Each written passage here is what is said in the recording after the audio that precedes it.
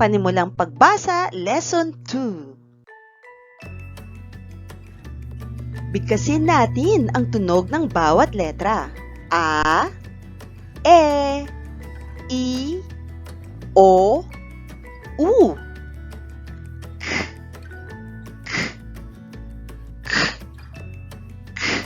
Sundan ng aro upang bigkasin ang mga pantig.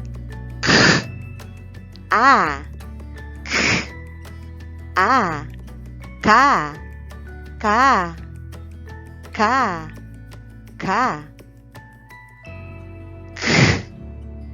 e, ke, ke, ke, ke, i, i, ki, ki, ki, ki, o,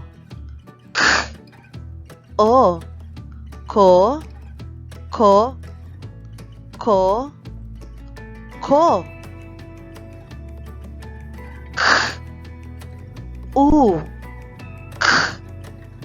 u, ku, ku, ku, ku, a, e, I, O, U, ka, ke, ki, ko, ku. Mga bata, basahin na natin ang mga salita. I, ka, ika. U, ka, uka. Ba, ka, baka. Ku, ba, kuba. Ka, ba, kaba. Ka, bi, be, kabibe. Ki, ko, kiko. Ku, bo, kubo.